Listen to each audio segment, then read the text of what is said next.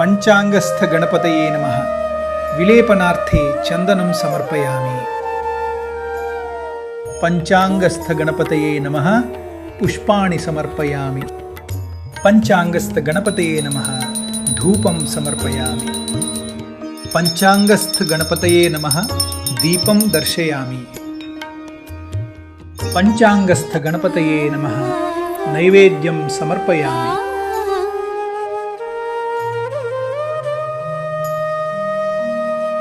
श्री गणेशाय नमः।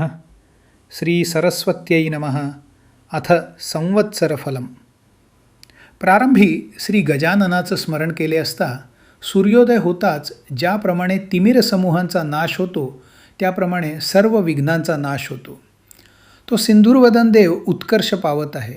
सर्व कार्याची सिद्धी होण्याकरता श्री गणपती, ब्रह्मा, विष्णू आणि महेश्वर यांना नमस्कार करून संवत्सर फल सांगतो।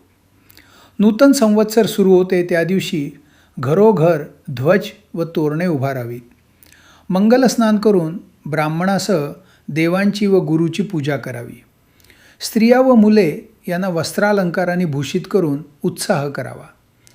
ज्योतिष्याचा सत्कार करून त्यांच्याकडून वर्षफल श्रवण करावे, म्हणजे हे वर्ष लाभप्रद होईल। प्रथम मंगलस्नान करून अमृतापासून उत्पन्न झालेल्या कडुनिंबाच्या कोवळ्या पानांचे चूर्ण करून पुढे सांगितल्याप्रमाणे भक्षण करावे, म्हणजे व्याधींचा नाश होऊन सुख, विद्या, आयुष्य व लक्ष्मी ही प्राप्त होतात। मिरे, हिंग, मीठ, ओवा व साखर यांच्यासह पुष्पासहित कडुनिंबाच्या कोवळ्या पानांचे चूर्ण चिंचेत कालवून रोगशांती होण्याकरता भक्षण करावे।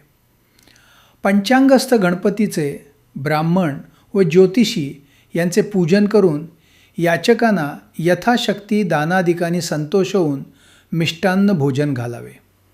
नाना प्रकारची गीते, वाद्ये व पुण्यपुरुषांच्या कथा ऐकून दिवस घालवावा, म्हणजे संपूर्ण वर्ष सुखाने जाते। राजाचे फल श्रवण केले असता वैभव अचल होते। प्रधानाचे फल श्रवण केले असता कुशलता प्राप्त होते। अग्रधान्येशाचे फल श्रवण केले असता लक्ष्मी स्थिर होते।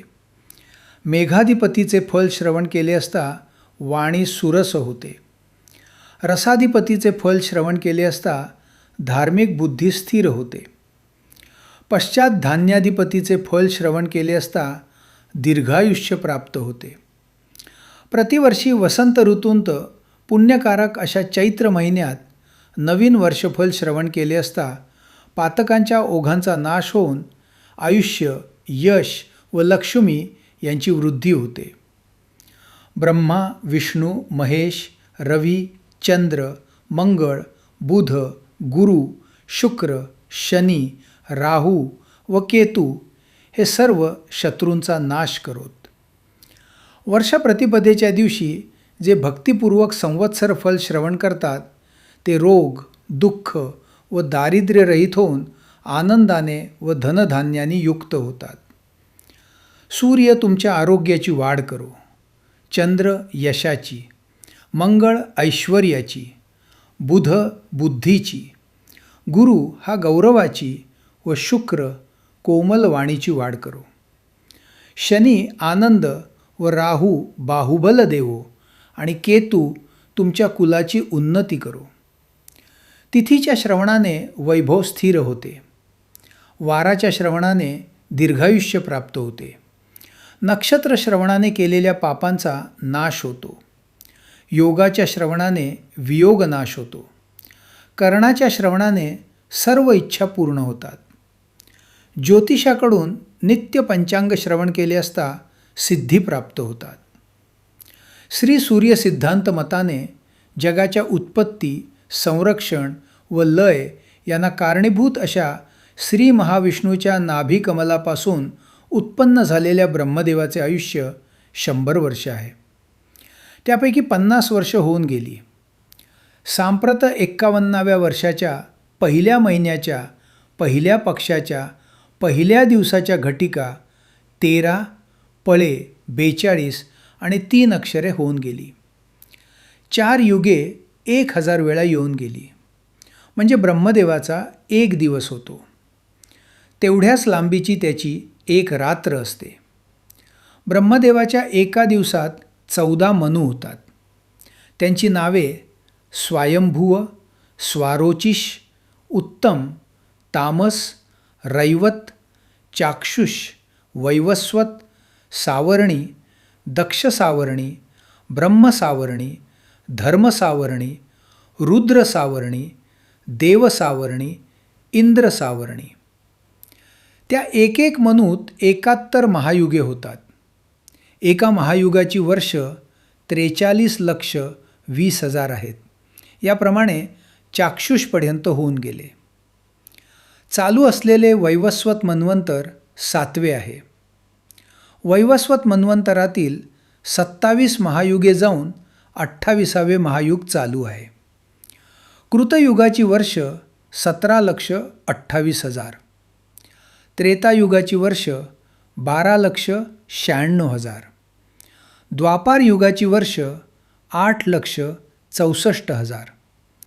सांप्रत चालू असलेल्या कलियुगाची वर्ष 4,32,000. कलियुगामध्ये 6 शक्करते आहेत.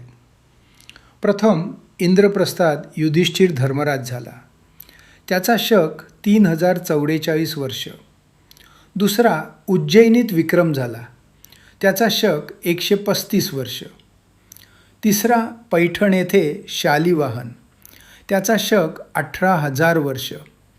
चौथा वैतरिणी नदीचे काठी विजयाभिनंदन होई. त्याचा शक 10,000 वर्ष. पाचवा गौड देशात धारातीर्थी नागार्जुन होई. त्याचा शक 4,00,000 वर्ष.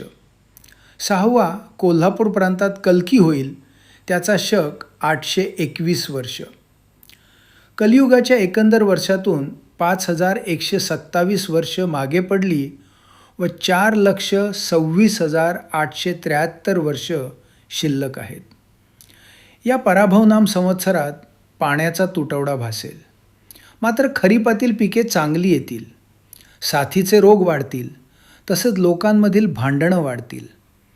राजादिफलांची व्यवस्था, राजाचे फल, सौराष्ट्र काठेवाड, पंजाब, उत्तर प्रदेशाचा ईशान्य भाग, वऱ्हाड विदर्भ, दिल्लीच्या पूर्वेकडील प्रदेश आणि पाटणा इत्यादी ठिकाणी. प्रधानाचे फल बंगाल प्रांतामध्ये. मेघाधिपतीचे फल बिहार व जबलपूरचे बाजूस, तसेच गंगेच्या दक्षिणेस व गंगा आणि शोण यांच्या संगमाच्या पूर्वेस. धान्यस्वामीचे फल गुजरातमध्ये. आर्द्रा प्रवेशाचे फल विंध्य पर्वताच्या दक्षिण भागी. रसाधिपतीचे फल कोकण, मध्य प्रदेश आणि राजस्थान यांमधील भूभाग. अर्घेशाचे फल आंध्र प्रदेशात. सेनेशाचे फल पंजाब व काश्मीरमध्ये. निरसेशाचे फल दिल्ली व पंजाबचा उत्तरेकडील प्रदेश. फलाधिपतीचे फल गुजरात व सौराष्ट्रामध्ये. राजा गुरु असल्याने पाऊस चांगला पडेल आणि धान्य, फळ आणि दूध मुबलक मिळेल. यज्ञयागादी कर्मे केली जातील. मंत्री मंगळ आहे म्हणून पाऊस कमी पडेल आणि धान्य कमी मिळेल. आग, चोर व रोगराई यापासून लोकांना त्रास होईल. भांडणे वाढतील. मेघाधिपत चंद्र असल्याने पाणी विपुल मिळेल आणि धनधान्य वाढेल. विद्वानांचा गौरव होईल. खरीपाचा स्वामी गुरु असल्याने पाऊस चांगला पडेल. धान्य व फळे विपुल मिळतील. संपत्ती वाढून लोकांना आनंद होईल. रसांचा अधिपती शनी आहे म्हणून पाऊस थोडा पडेल. लोकर, लोखंड महाग होईल. रब्बीचा स्वामी बुध असल्याने गहू, मूग, ऊस, भात व दूध दुभते मुबलक मिळेल. विद्वानांचा गौरव होईल. नीरसांचा अधिपती गुरु असल्याने सर्व रत्ने, सोने, कापूस, सुपारी, चंदन हे पदार्थ पुष्कळ होतील. आर्द्रा प्रवेश. निज ज्येष्ठ शुक्ल अष्टमी सोमवारी 22 जून 2026 रोजी दुपारी 12:26 वाजता सूर्य आर्द्रा नक्षत्रात प्रवेश करतो. त्याचे फल धान्य व कापड पुष्कळ होईल. धनधान्य वाढेल. यावर्षी काल नावाचा मेघ असल्याने पाऊस कमी पडेल. रोगराई वाढून लोकांना दुःख होईल. यावर्षी तक्षक नावाचा नाग असल्याने पाऊस मध्यम पडेल, भांडण तंटे वाढतील. पशुपालक श्रीकृष्ण आहे म्हणून जनावरांना आनंद होईल, धनधान्य वाढेल, दूध दुभते भरपूर होईल. मेघनिवास माळ्याचे घरी असून रोहिणी नक्षत्र समुद्रावर पडले आहे, त्यामुळे भरपूर वृष्टी होऊन धनधान्याचे प्रमाण वाढेल. यावर्षी 3 आढक म्हणजे पर्जन्यमान मध्यम असून त्यापैकी 6 भाग नद्या व पर्वत यावर आणि 4 भाग भूमीवर याप्रमाणे इंद्र वर्षाव करील. तिथींच्या श्रवणाने लक्ष्मी प्राप्त होते. वाराच्या श्रवणाने आयुष्याची वृद्धी होते. नक्षत्राने पातक जाते. योगाने रोगांचे निवारण होते. कर्णाच्या श्रवणाने चिंतित मनोरथ सिद्ध होतात. सर्वांच्या श्रवणाने नित्य गंगा स्नानाचे फल मिळते. हे शुभकारक वर्षफल संवत्सरारंभाच्या दिवशी जे भक्तीने श्रवण करतील ते वर्षभर सुखी होतील. इति संवत्सरफलम संपूर्णम. श्री गजाननार्पणमस्तु. शुभम भवतु.